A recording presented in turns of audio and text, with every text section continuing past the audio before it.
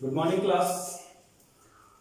आज हम मैथ्स का क्लास 10th का मैथ्स का दूसरा सीरीज लेकर आए जिसमें रियल नंबर का ही वास्तविक संख्या का एक्सरसाइज हम लोग आगे बढ़ाएंगे 1.2। पिछले क्लास में हमने पढ़ा था यूक्लिड का भाग एल्गोरिथम विधि या उसका प्रमेय के बारे में, और उस मेथड से हम एचसीएफ और एलसीएम निकाला सीखे थे, जिसमें हम आपको बताए थे a बराबर bq प्लस r होता है, जहां r 0 से बड़ा या 0 के बराबर होता है लेकिन b से छोटा होता है। उस तरह के हमने सभी प्रश्न किए थे और आपको वर्क भी दिया गया। आई होप आपने अपना एक्सरसाइज कंप्लीट किया होगा।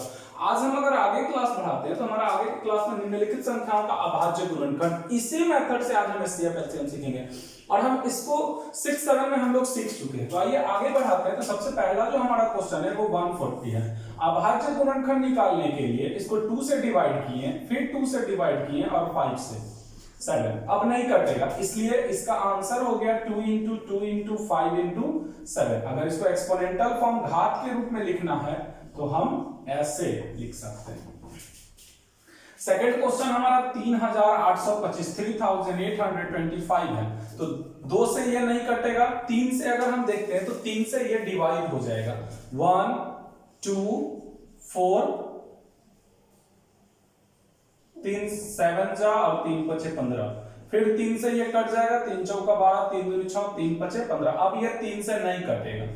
5 से 8 और 5 और 5 से 17 बार में, अर्थात इसका जो हमारा आंसर है वो है 3 into 3 into 5 into 5 into 17 equal to 3 के पावर 2 into 5 के पावर 2 into 17 के पावर 1। तो इस प्रोसेस के द्वारा हम अभाज्य गुणनखंड ज्ञात करते हैं। एक हमारा लास्ट क्वेश्चन और है जिसको देख लेते हैं 32760। तो इसको निकालने के लिए सबसे पहले 2 से अगर हम करते हैं तो मेरा इतना आया 2 1 जा 2, एक इसमें गया 2 6 12 2 3 6 2 8 16। फिर 2 से करते हैं तो 2 8 1 9 0। अभी भी 2 से कटेगा 4 0 9 5। 2 चौका 8, यहां डबल डिजिट उतरा 0, 2 9 18 और एक इसमें गया 5। अब उसके बाद ये 3 से कट जाएगा, तो 3 से कटेगा तो 1 3 6 5। उसके बाद हम देखते हैं कि क्या ये 3 से कटेगा, तो 6 3 9 1 10 5 15। हाँ, 3 से ये फिर कटेगा। 3 चौका 12 3 5 15। 3 चौका 12 3 5 15 3 5 15। अब ये 3 से नहीं कटेगा तो 5 से देखते हैं। तो 5 से अगर हम इसको देखते हैं तो 5 से ये कट जाएगा, 5 से कट जाएगा। 5 9 जा 5 1 जा। फिर उसके बाद हम अगर देखते हैं तो 7 से कट जाएगा, 13 7 91। तो इस तरह से इसका जो डिविजिबल आया वो आपके सामने है। अब हम अभाज्य गुणनखंड इसको निकालते हैं तो 2 into 2 into 2 into 3 into 3 into 5 into 7। इसका अर्थ हुआ 2 के पावर 3 3 के पावर 2 5 के पावर 1 into 7 के पावर 1, और ये हुआ आपका अभाज्य गुणनखंड। तो इस तरह से हमने सीखा किसी भी दिए गए क्वेश्चन का अभाज्य गुणनखंड कैसे ज्ञात किया जाता है। हमारा नेक्स्ट जो टॉपिक है वो टॉपिक है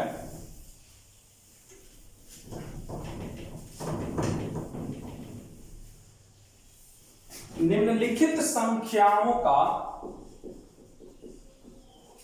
अभाज्य गुणनखंड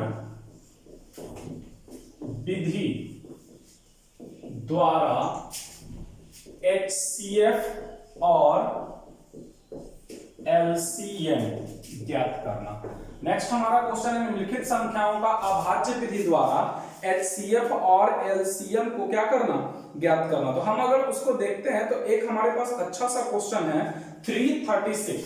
क्वेश्चन है 336 एंड उसके बाद है हमारा 54। और सेकंड नंबर अगर हम क्वेश्चन की बात करते हैं तो एक क्वेश्चन हम और ले लेते हैं जिसमें हमारा है 510 और 92। 510 और 92। हम इन दोनों क्वेश्चन को अभाज्य गुणनखंड विधि से देखेंगे कि कैसे HCF और LCM निकाला जाता है। तो अभाज्य गुणनखंड से HCF और LCM निकालने के लिए हम सबसे पहले क्या करेंगे कि इसका अभाज्य गुणनखंड निकालेंगे। तो फर्स्ट वाले का अगर आंसर देखते हैं तो 360 को अगर हम अभाज्य फैक्टराइज करते हैं तो 2 से फिर 2 से 2 21 और 3 से 7, ये इसका हो गया। लगे हाथ हम इसका भी करते हैं 54 का, 2 से 27, 2 से नहीं कटेगा, 3 से 9 और 3 से 3। अब यहां पर हम दोनों के फैक्टर्स को लिखेंगे। 336 का 2 इंटू 2 इंटू 2 इंटू 2 इंटू 3, इसका मतलब 2 के पावर कितना, 1 2 3 4, और 3 के पावर 1 इंटू 7 के पावर 1। ठीक उसी तरह 54 का भी हम लिखेंगे।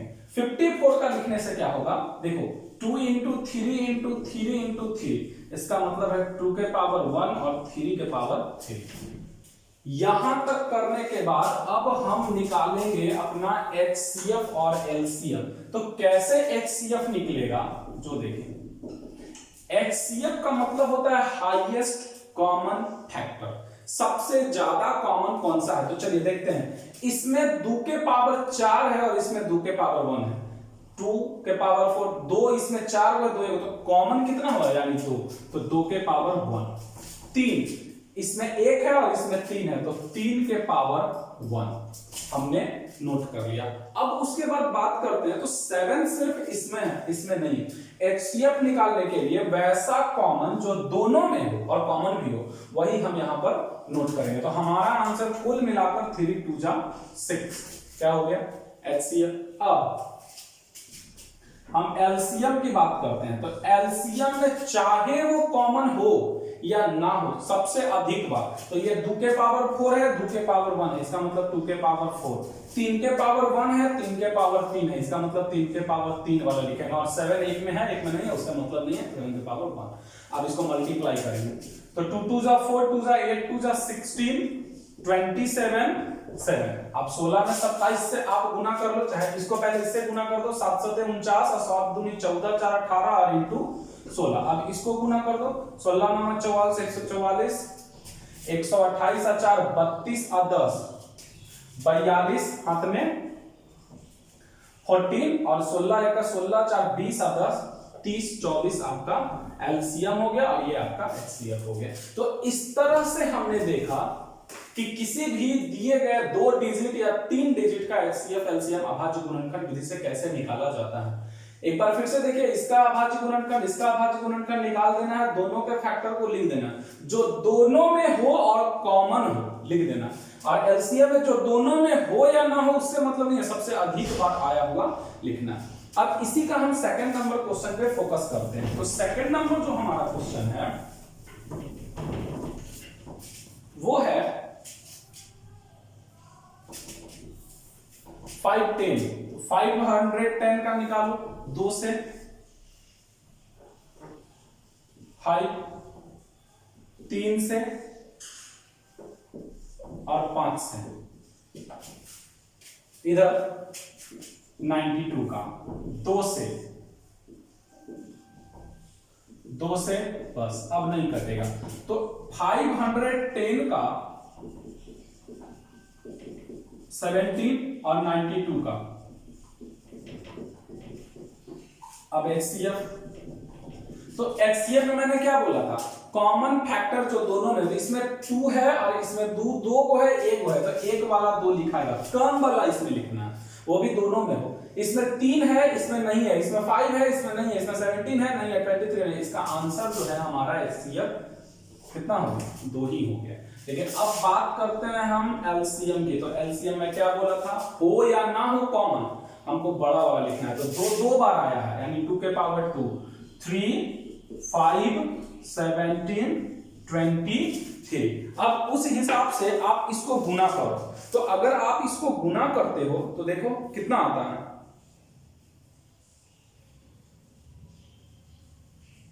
23,460। देखो 23,460, तो यही इसका आंसर हो गया।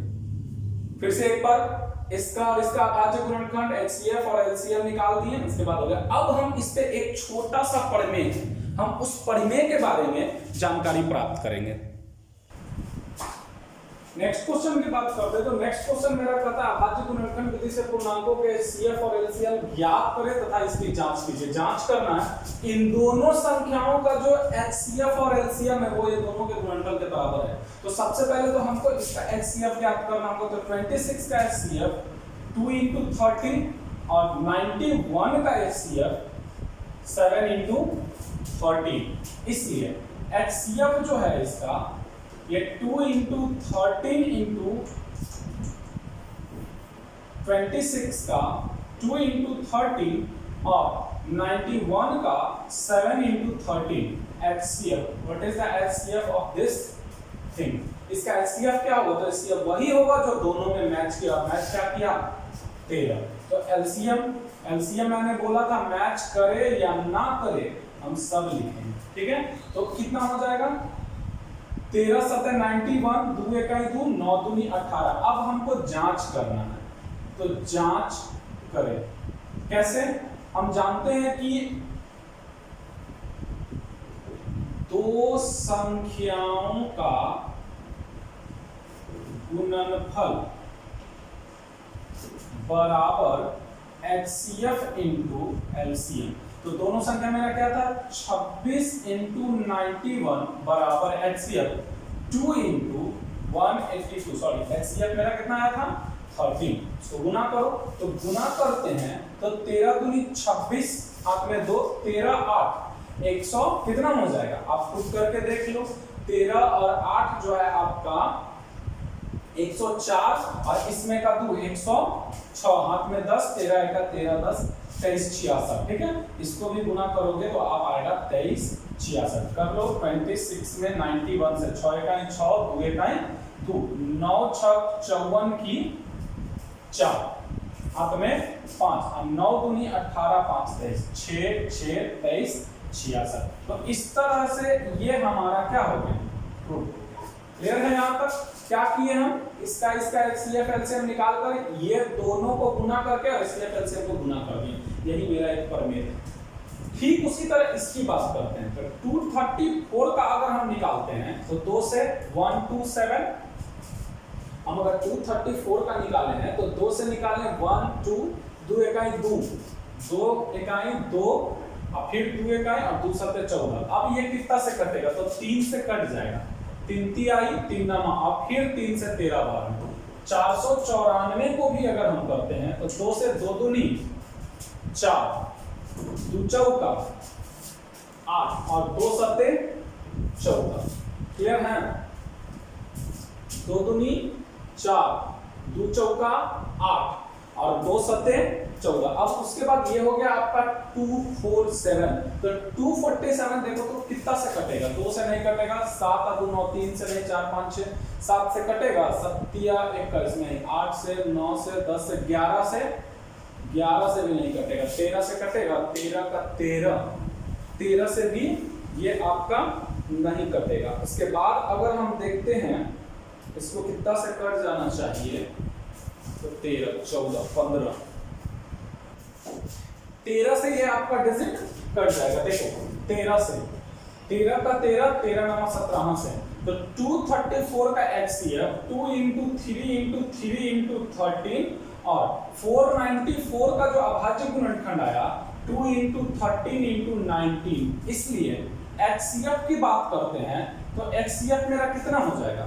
HCF हो जाएगा यहाँ पर सिर्फ क्या मिला? 2 मिला और 13 मिला। 2 इंटू 13 बराबर 26।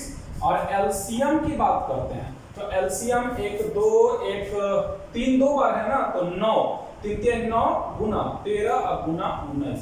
इसका LCM गुना करके देखो कितना आएगा, तो 13 दूनी 26, 26 में 9 से 9 6 54 की 4 हाथ में 5 9 दूनी 18 और 5 23 और 234 को 19 से 19 चौका 76 7 19 तिया 57 और 7 64 हाथ में 6 और 19 दूनी 38 और 6 44 46 आपका LCM हो जाएगा। 44 46। अब उसके बाद हम क्या करेंगे? जांच कैसे करना है?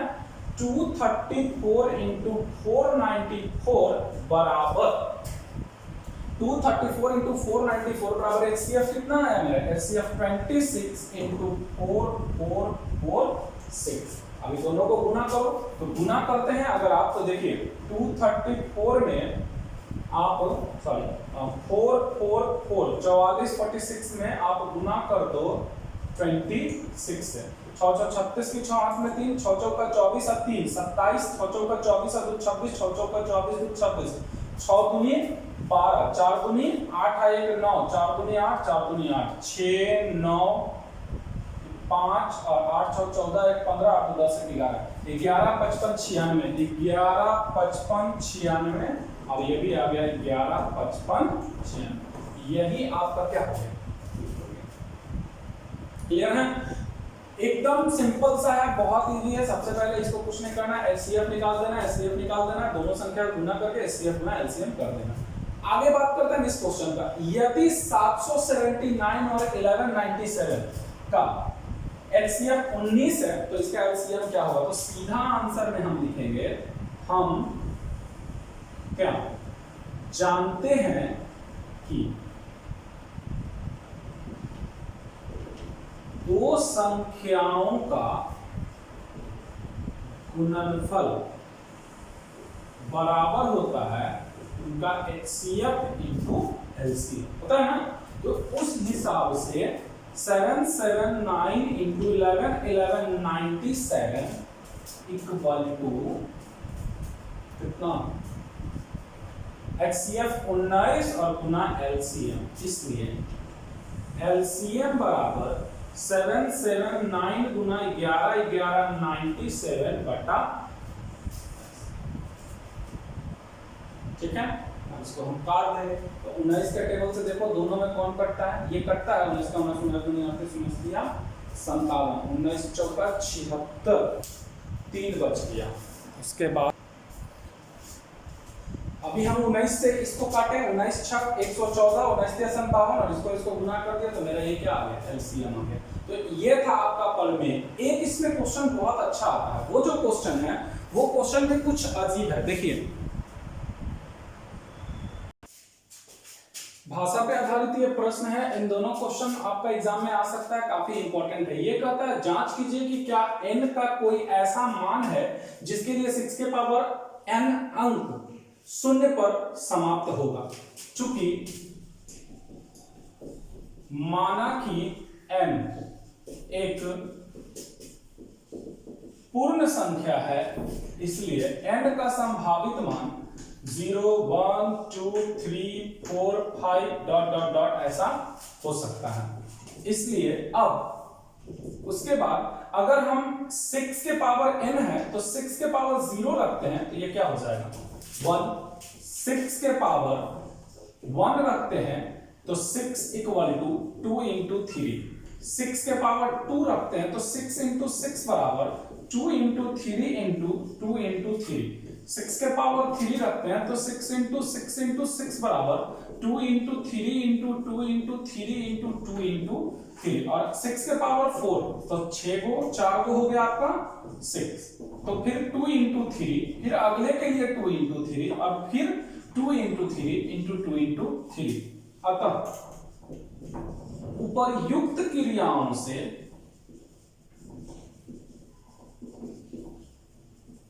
यह ज्ञात होता है कि 6 के गुणनखंड में केवल 2 और 3 आते हैं।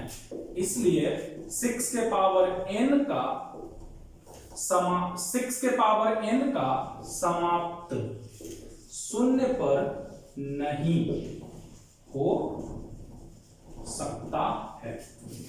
जब तक 0 या 5 आएगा ही नहीं तब तक कभी भी इसमें शून्य नहीं आएगा। तो 6 के पावर हम कितना भी n कर देंगे तो सिर्फ 2 3 2 3 2 3 2 3 2 3 2 3 आते रहेगा। इसका मतलब कभी भी लास्ट में 0 इकाई अंक यूनिट अंतिम डिजिट 0 नहीं आएगा।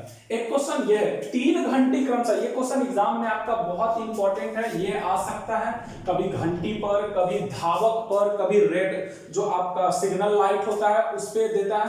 3 घंटियां क्रमशः या 3 सिग्नल की बत्तियां क्रमशः 6 8 एवं 10 सेकंड के अंतराल पर बजती है।